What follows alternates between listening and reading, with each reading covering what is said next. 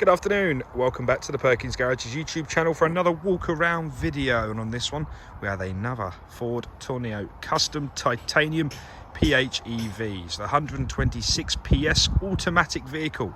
So it has a 1 litre EcoBoost engine at the front, charging a 14 kilowatt battery in the middle to give you nice efficient electrical driving. So PHEV is a plug-in hybrid, and I'll show you all about the plug-in socket in just a second. Worth noting, this vehicle has only done 2,600, well actually just below that, it's still in the fives, 2,500 and a bit miles, and we have Ford warranty until September 2024. As it's on a 71 plate, it's only just had its first birthday.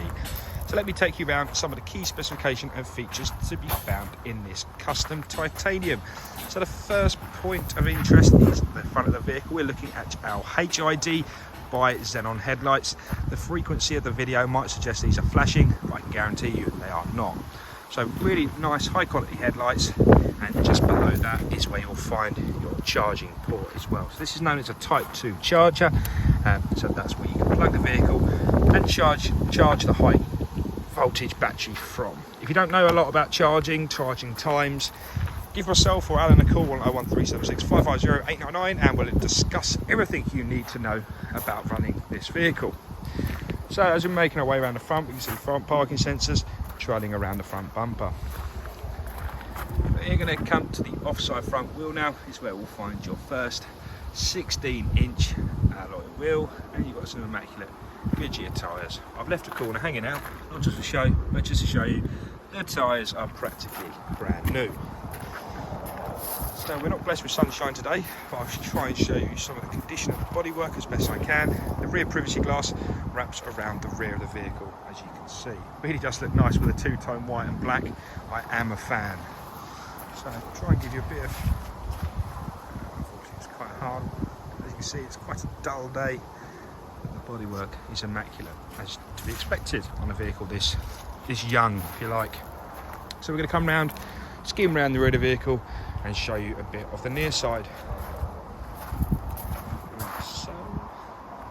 And again, we'll try and get a few reflections in there as well. Okay, let's talk more specification whilst we're here. So these Tourneo Customs have 2 sliding open door entry points from both sides. They latch in just down there, so the door's not going to slide back on you. The party pieces of the rear here is this is currently in conference seating mode. So what I can do is pull this handle here. Okay, let me just undo the seat belt because I've had this problem before. And this can lock down.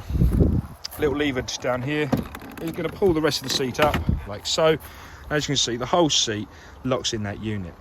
From here you can turn this bank 180 degrees, so this seat will be facing forward on the right hand side now. So you can have 2 banks of 3 facing forward. So if you don't like it in conference and the passengers don't like travelling backwards, if you like, you can change that into a more conventional 2 banks of 3.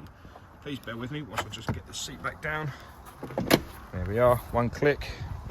1 click is all it takes, bang. So nice and easy to see. You can see me doing it with 1 hand.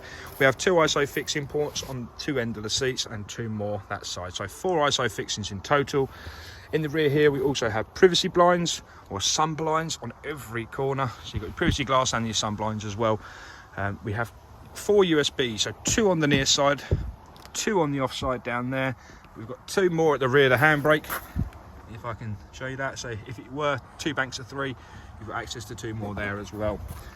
Vehicle also comes with rear speaker system and rear air conditioning, which is controlled just up here. So tons and tons of specification in the rear of these. And to finish, let's talk about the seating. So these titaniums come with a lovely grey cloth, really are durable, really are comfortable, very well padded. So yes, very durable, hard-wearing cloth, grey interior.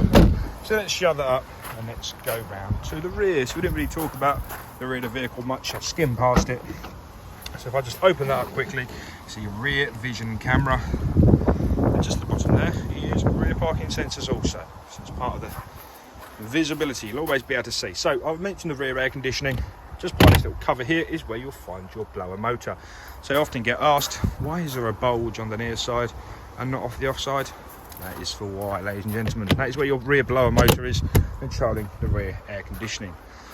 So I said I was going to talk about charging cables, so let me quickly go over it. So here we have a Type 2 cable.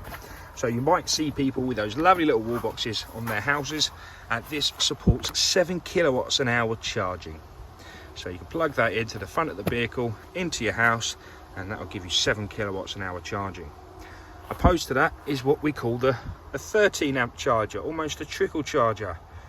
So here is your plug socket that goes straight into your plug, and this is the end, the type 2 end, if I can get the cover off there, and that goes into the vehicle, and this will slowly trickle charge your vehicle. Obviously it's going to take a little bit longer than your type 2, but the vehicle comes with both, so you don't have to worry about purchasing one. Everything you need to keep charged up is here as well. This little port here is going to be for releasing the spare wheel, which, if I can get down and dirty to it, your brand new spare wheel just under there. Okay, let's progress.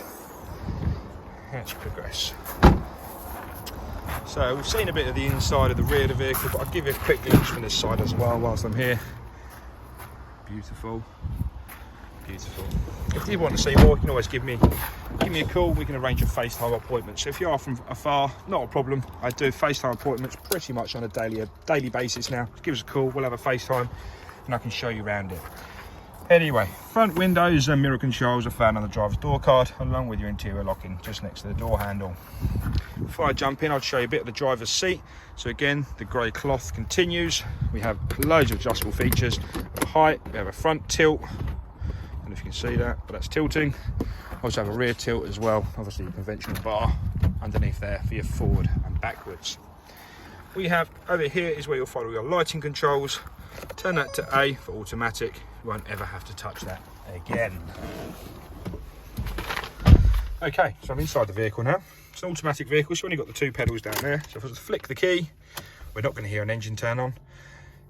There we go. We're going to get a ready to drive 100% charge pop up. That's the first thing we're going to see. So let's talk you through the dashboard quickly whilst we're here. We're just going to click OK to get through that there. Okay, so what are we looking at? The left hand side is where we have your, what would have been, RPM gauge. We're now going to display kilowatts times 10. So that is now the display of the electrical power. So we can see we are stationary at the ready stage, and you can see how that will progress over to about 15 times 10 kilowatts. And we also have the green bit, which is your KERS, kinetic energy recovery system. So as you come off throttle, it's going to gently recharge the battery as you go along. Conventional trip computers are found in the middle, and you also have loads of different little bits and bobs for your driver assistance pack, for example. Go in there, you've got lane keep system and the driver alert for good measure. So tons of things to be found in your digital display there. Just below that you can see the 25 plus 87. That is displaying your electrical capacity and your fuel capacity in one measurement, so you know exactly how far you're going to be able to go.